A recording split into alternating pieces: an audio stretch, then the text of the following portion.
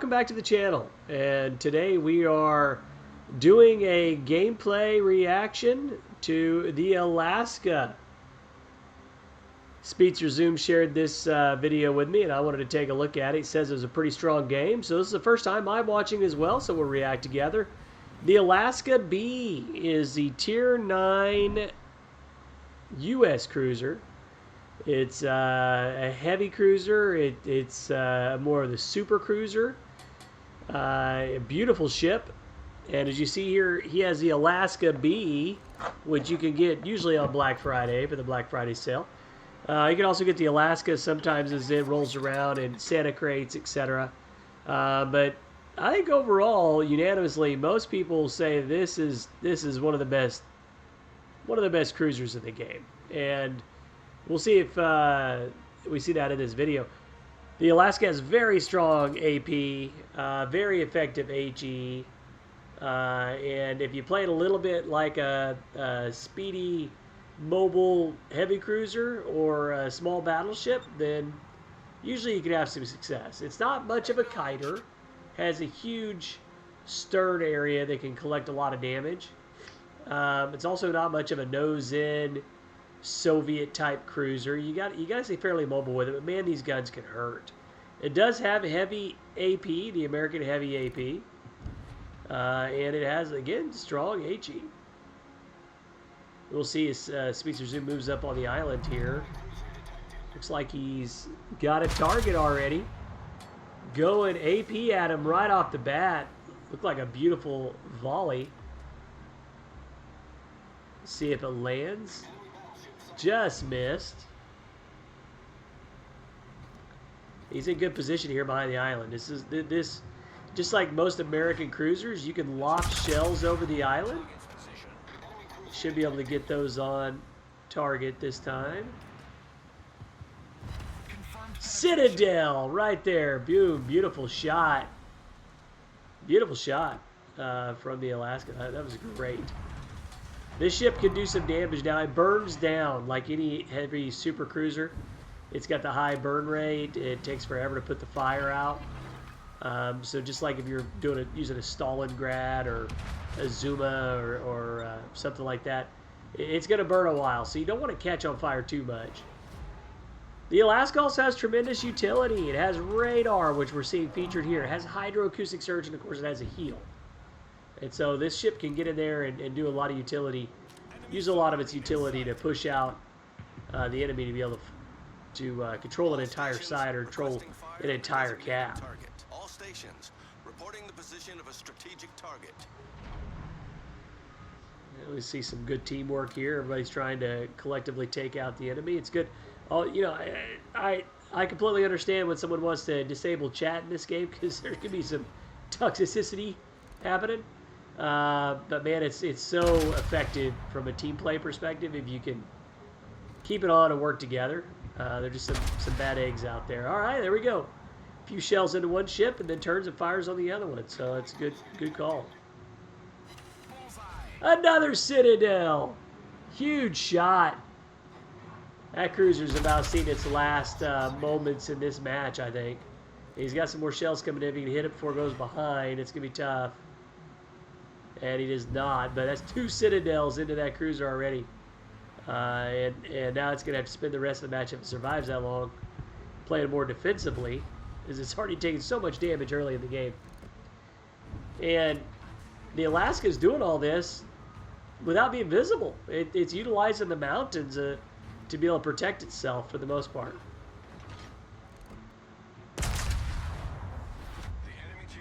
Another good volley.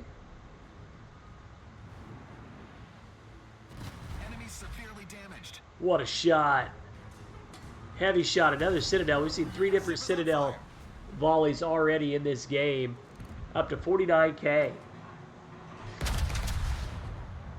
Another good shot there. Back it up as he should. He's on fire. He's got to let it burn just a little bit. And the ship is going away there. Still good contact. Up to 52K already. And just played a lot of team play, staying behind the island and be able to utilize its surroundings for cover. We're seeing an AP only approach here with the Alaska. I probably I use a lot more HE when I use the Alaska, but you know, watching a video like this makes me think I need to use more AP. It's very effective. Super heavy American AP. It'll put in some work. As you see, he's letting the fire burn here, which is fine. You don't want to catch a permafire on this ship. You can avoid it, and now the fire's out, and he can choose to heal when he wants, and he's still got a repair party available, which is a good call. Alaska has just over 60,000 hit points of health. Torpedo protection is nothing to really get excited about. Max speed 33 knots, decent turning circle, rudder shift at 13 seconds. Surface detection is a 15.5, but you can pull that down with all your concealment mods and captain skills. We'll look at that at the end of the match. It has 305 guns, 3 sets of turrets. Another good shot there. HE does 4,300 damage per shell, 27% fire chance. AP's 8,900. Really strong AP damage on this ship, as we're seeing in this match. Much obliged. There we go. It overall is really good Sigma over a 2.05 Sigma. So really accurate guns. It does have some secondaries, but really nothing that you're looking for. So this is a good, strong alpha striking cruiser. They can put in work. That's a pretty good shot as he's going dark. We're up to 58K now in the match. Multiple citadels. We're not worried about waiting on fire damage. Let's just sink these ships. Long range shot on the sub. It's going to be a tough one to hit, but at least you want to make it nervous. If nothing else, make the sub nervous. Again, he's playing this perfectly, utilizing the surroundings to stay safe. He sailed out in front of everybody. If he's broadside, he die real quick, just like you do in any cruiser. And then, of course, you can get burned down again in this Alaska. This ship is angled, but it doesn't matter.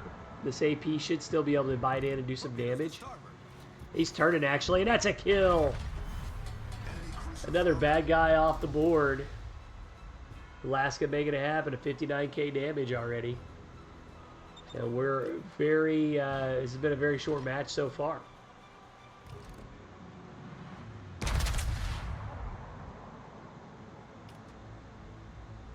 Now moving up into the cap, try to press the advantage. And the green team is in a pretty good spot right here, although the ship count is still even at 4 down each.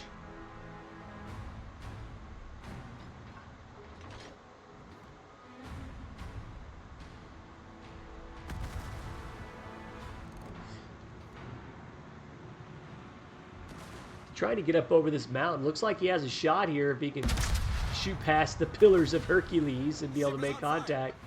More HE damage, but he's able to heal this up. He's going to let it burn a little bit. Probably the right call. Again, now he's able to be more aggressive. They have the advantage on this side. Torpedoes have been spotted thanks to his hydro. Again, awesome utility.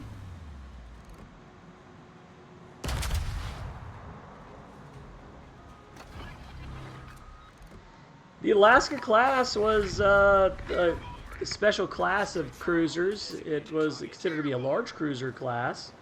The classification is actually a CB, not a CA. So it's kind of a cruiser battleship. So large cruiser. Of course, named after the state of Alaska. It was built in New York, Camden, New Jersey. Laid down in December 1941, right after Pearl Harbor. Been a historical ship. This ship did actually launch in August of 1943. Good maneuvering right there to dodge those torps. Commissioned in June of 1944 and eventually decommissioned in 47. Unfortunately, you cannot see the Alaska today. It was eventually sold for scrap in 1960. But this ship was designed as a cruiser killer. I mean, it puts in work. But with that being said, it can also kill battleships. And it's fantastic against destroyers thanks to its hydro and radar. Still churning out additional damage here.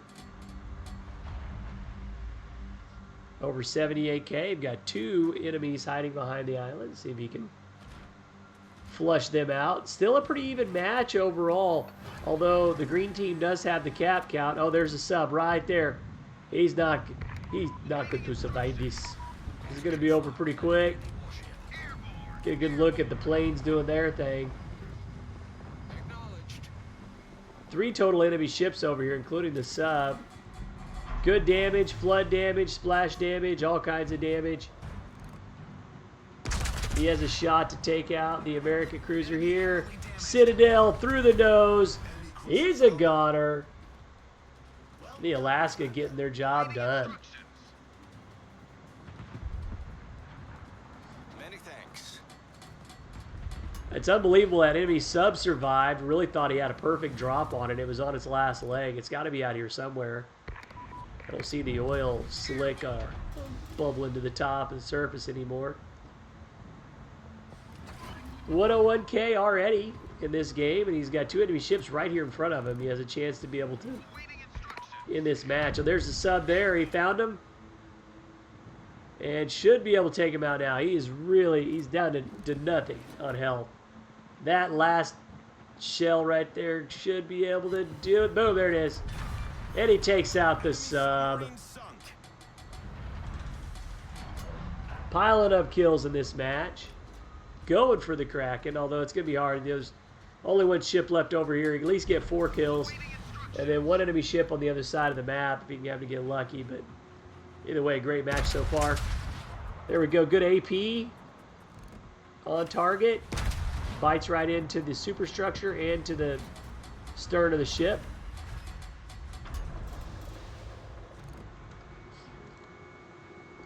Now it's just a matter of trying to put this one down.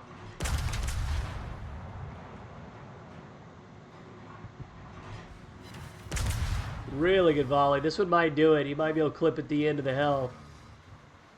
Boom, there it is. That's another kill for the good guys. And that makes 4 kills in this match. And it's only a 1 ship advantage, but 2 cap advantage. And I don't see the enemy taking back both these caps in time or killing every ship unless the green team does something ridiculous. But overall, looks like it's a pretty good safe bet. It's going to be a win for the Alaska's team. 120k damage in this match. Very solid. And now it's time to just sail back across the map to try to get into some type of other conflict. Stir up some trouble at the B cap. Yeah, I think as you're seeing, the Alaska is a great all-around cruiser. Probably the one thing that really I don't like about it is the burn time. But you know, again, it's the same thing with the Yoshino, Stalingrad, or any of those other heavy cruiser ships. They just burn forever. But if you play this one like you would any other U.S. cruiser, like he did at the beginning, and utilize island cover, wow, it's amazing the amount of damage and influence you can have on the map. He was able to get close to the island cover to do damage, but also close enough to utilize his radar to be able to flush out the enemy off that cap. So island cover is one thing, but being close enough to be able to utilize your utilities another. Good communication with the teammates here. There's some torps in the water that just died right in front of the ship. His hydro is currently down. He does have a radar available if he gets spotted. Plenty of heals available too.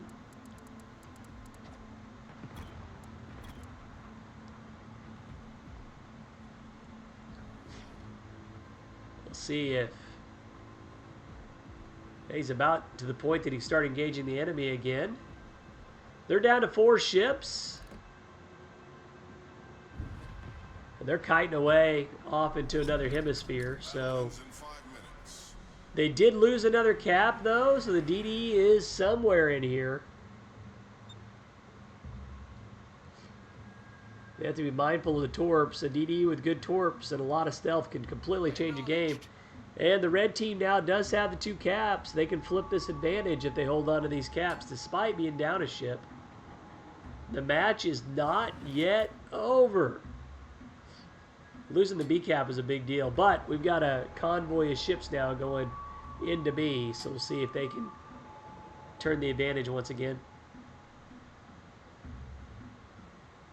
Once he thinks he's spotted, he's in range. Utilizing that radar will be an important task for the Alaska. Just love the way these shells fly off of this ship. Just missed. Good wiggle by the enemy.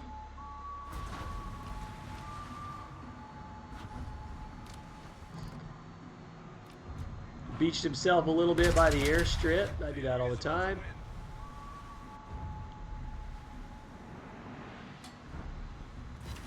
Nice shot. Didn't quite land like it should have, but the shells are there. There it is. Radar saves the day. Utility, man. The Alaskan utility. Torpedoes, direct front. And there it is. Spotted torps without having his hydro active. Although he's aiming for him, that's for sure. He's going to take some. We're taking on water quickly. That's one, and that should be all he has to take. A little bit of flooding, but he has repair party, plenty of heals. Radar flushed out to the enemy DD. That was a big move. Now they have the cap advantage again. They still have a ship advantage. He can heal up here and be back into great shape again.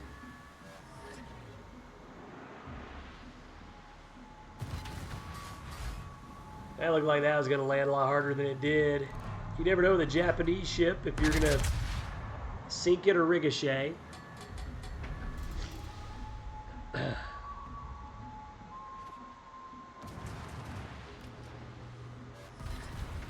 And that time you got a Citadel on the Azuma. Fantastic volley there.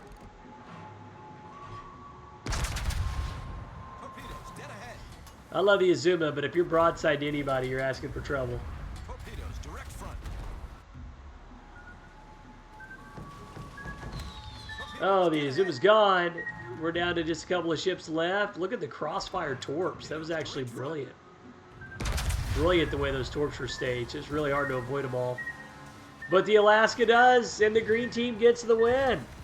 Another Citadel to finish up the match. Wow. And this Alaska put in work. 155k.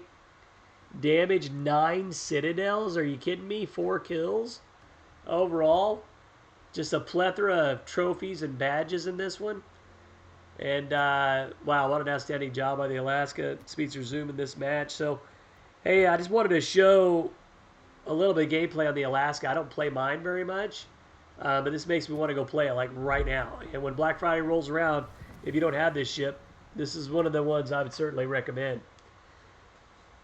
Take a look at some of the specifics on the ship here. You see concealment. It's not bad once you build into it. The commander skills, you can get it down to relative level.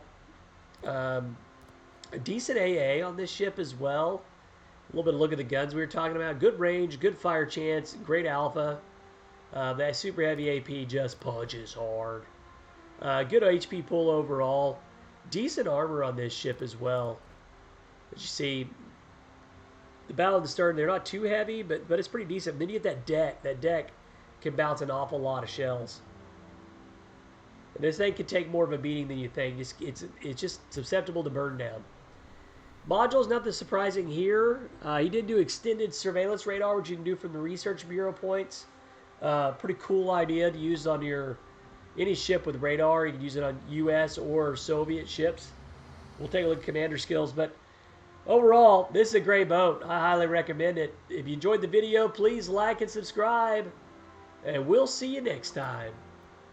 Goodbye.